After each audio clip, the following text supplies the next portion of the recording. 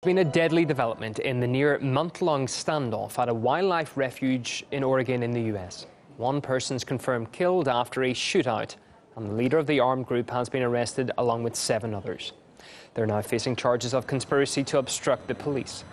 The exchange of gunfire reportedly took place not at the facility where the group has been holed up, but on a highway. They were holed up there at the beginning of the month in that area. Now, the dead man is reported to have been a key figure in the militia. As the days rolled on, the armed group attracted nationwide support. Statements are not good enough. I want the federal government to abide by the Constitution of the United States. Really, you need to pick a side, because this is really good and evil. Pick a side, dig in, take a stand, or you'll be struck down. My name's Scotty Wills. I'm from Fort Worth, Texas. This is in no way an armed militia movement to just rise up against the federal government. That's the biggest bunch of nonsense that anybody ever heard in their life. Thank you. Brandon Dowd. I'm here to support them and stand up for my God-given rights and the universal law of do no harm but take no shit. Well, the standoff had been largely peaceful until events took a turn on Tuesday. The armed group stormed the federal refuge initially in protest at what they call the unlawful arrest of 2 ranchers. The militia's demands then grew into calls for federal land reform across the U.S. Journalist Tim Neville, who's in Oregon, described the situation at the compound. So as I understand it right now, there are still people at the refuge, in the buildings there, based on the number of people who are there, and people have left and come on, but it's at least a dozen, maybe even as many as 30. And the people there are obviously aware of what's going on, and so they have said that they are ready to, defend, a peaceful resolution. Whatever that means. Hopefully everybody will just realize that this was an exercise, they've made their point, and now it's time for justice to kind of come into play.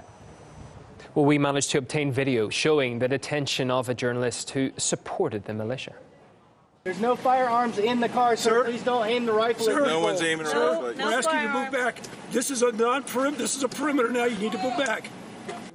Pete Santilli captured live coverage of the arrests in Oregon. He's been living among the armed militia during their ongoing occupation of the National Wildlife Refuge and was arrested on Tuesday on the same charges, according to the FBI.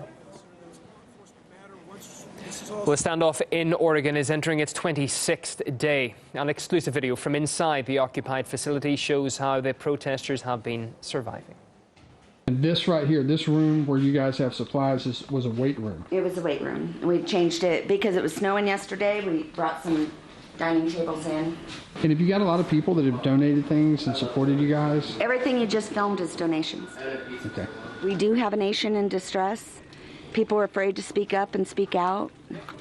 I mean, you guys are doing this protest. This is a protest, and it's a statement. What is the solution? Yeah.